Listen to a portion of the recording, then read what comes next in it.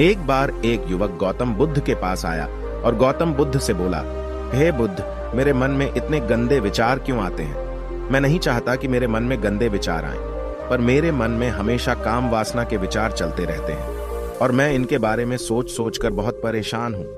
मेरी ऊर्जा और समय ये सब सोचने में ही नष्ट हो जाते हैं और ये सब विचारों की वजह से मैं कभी कभी शांत नहीं रह पाता और मैं हमेशा ही स्त्रियों को देखकर मोहित हो जाता हूं, अपने आप को रोक ही नहीं पाता।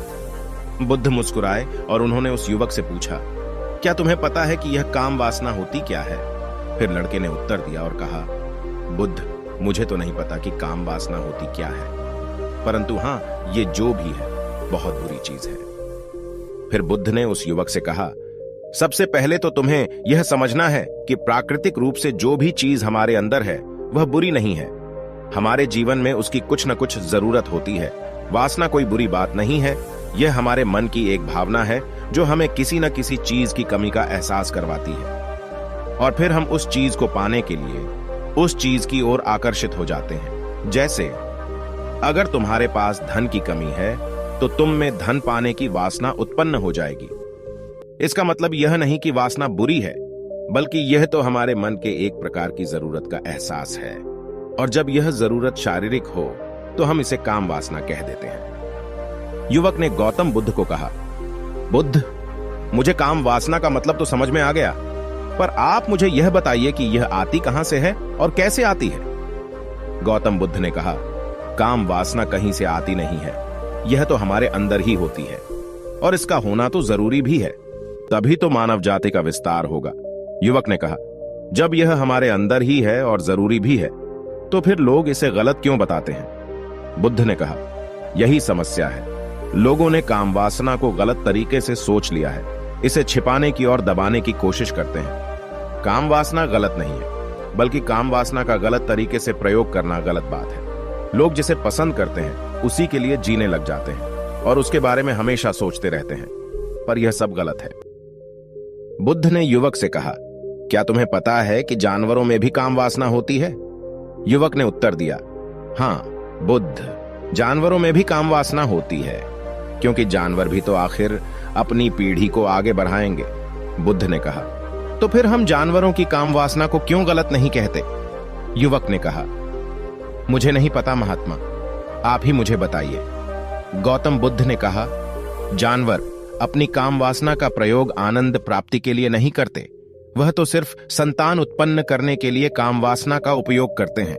जानवरों को प्रकृति ने इतनी समझ नहीं दी कि वह काम वासना को अपने सुख का आधार बना सके, जबकि मनुष्य अपनी समझ के बलबूते पर प्रकृति में पाई जाने वाली प्रत्येक वस्तु को अपने सुख के लिए अपने प्रयोग करता है।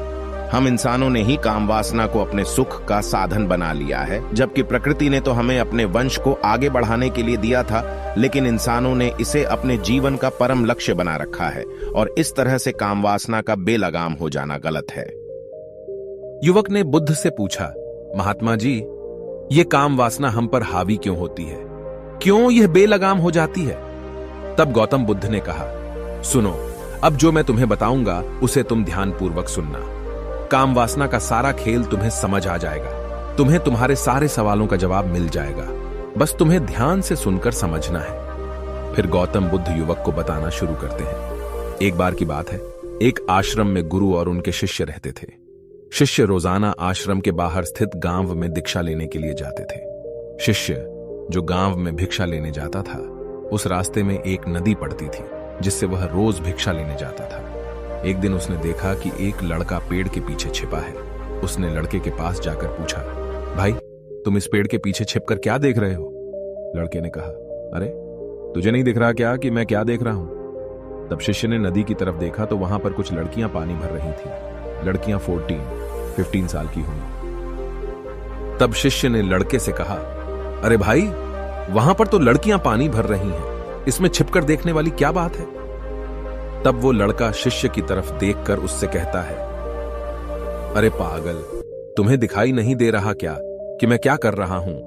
वह परियां कैसे नदी से पानी निकाल रही है, जरा उनकी अदाओं को देखो, उनके कोमल शरीर को देखो, उनकी पतली कमर मटके को उठाते समय कैसे बल खाती है और उनके बाल उनकी कमर पर कैसे लहरा रहे हैं, मानो सुंदरता बिखरी पड़ी हो। शिष्य फिर नदी की तरफ देखता है और इस बार वह देखता ही चला गया। अभी तक तो उसे कुछ भी नजर नहीं आ रहा था और वह बिल्कुल निर्भय था। उसे किसी बात का कोई डर नहीं था, लेकिन अब वह छुपने लगा और उन लड़कियों को देखने लगा जैसे उसने कोई अपराध कर दिया हो।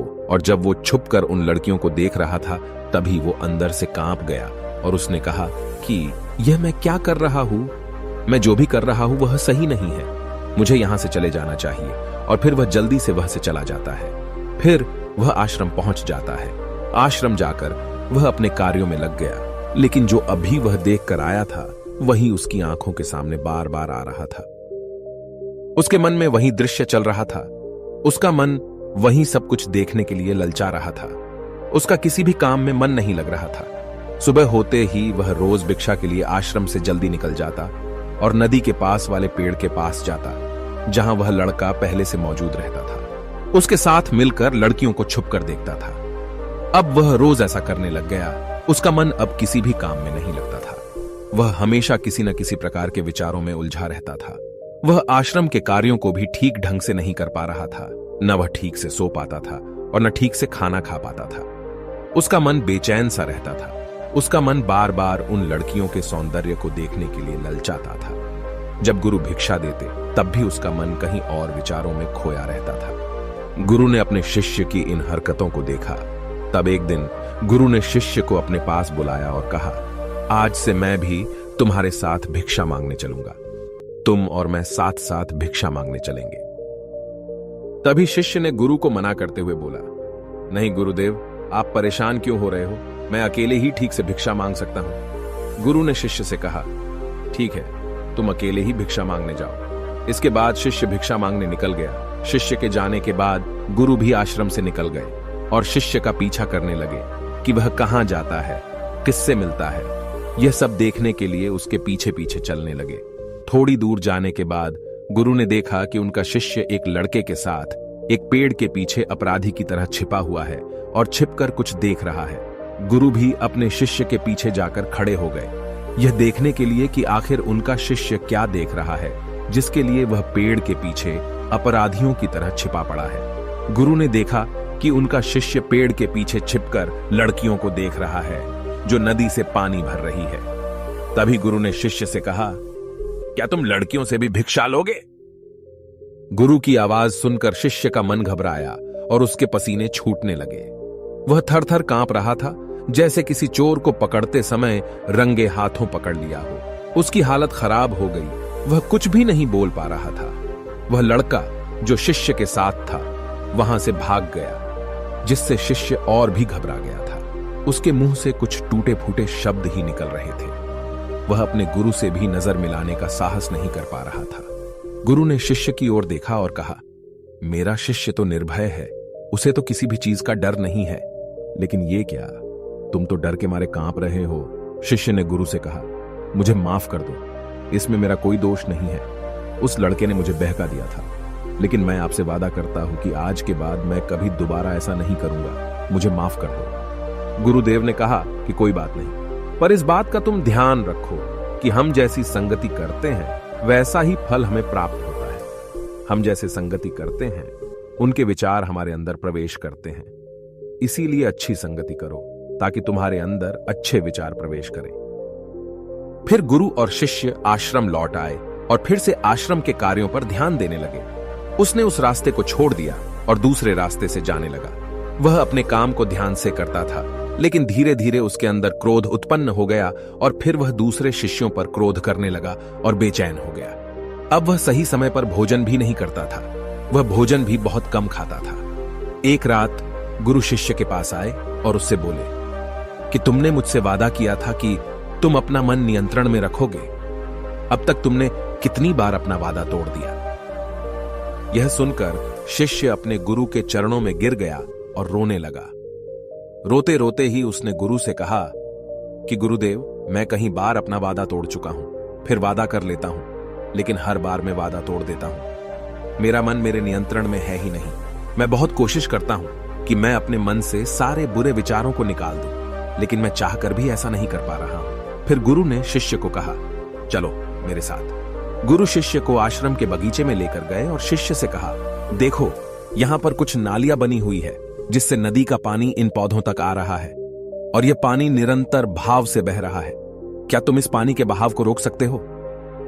शिष्य ने कहा, हां गुरुदेव, मैं इस बहाव को रोक सकता हूं। फिर शिष्य ने मिट्टी उठाकर उस नाली के छोर पर डाल दी। वह पानी थोड़ी देर के लिए रुक गया और फिर थोड़ी देर बाद उस रेत के ऊपर से पानी आया। गुरु ने शिष्य से कहा, अरे ये क्या, ये पानी तो रुका ही नहीं। फिर से उसने कुछ कंकर पत्थर उठाकर उसे नाली में डाल दिए और फिर थोड़ी देर के लिए पानी रुक गया, लेकिन फिर थोड़ी देर बाद ही उन कंकर पत्थरों के ऊपर से पानी निकल आया। गुरु ने कहा, शिष्य यह क्या हुआ?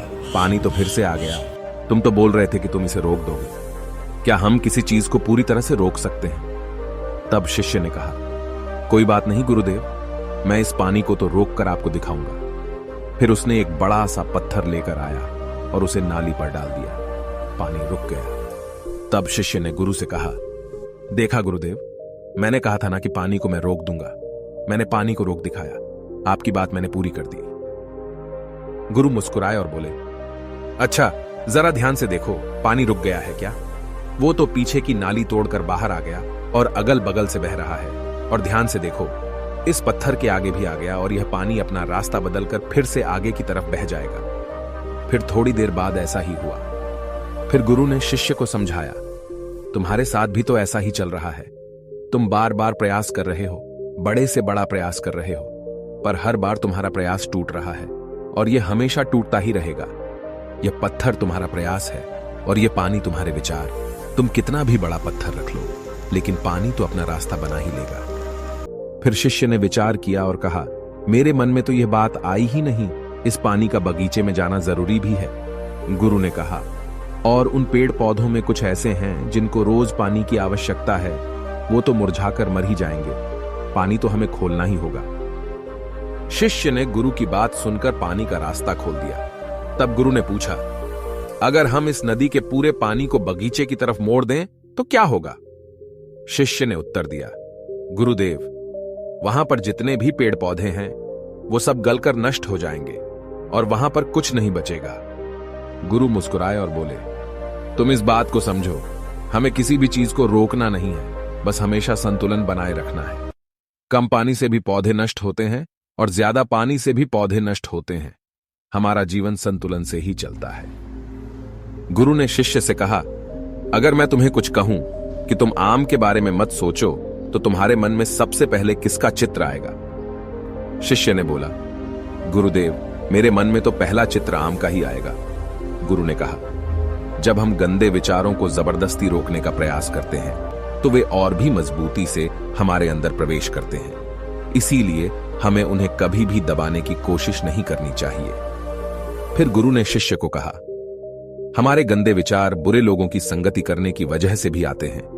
कभी कभी कामुकता हमारे अंदर होती नहीं है, लेकिन कुछ अश्लील लोगों के साथ रहने की वजह से ये हमारे अंदर हावी हो जाती है। फिर शिष्य ने कहा, गुरुदेव, आप सही कह रहे हैं, मैं अपने मार्ग से भटक गया था। फिर वह शिष्य उस रात बहुत ही चैन की नींद सोया।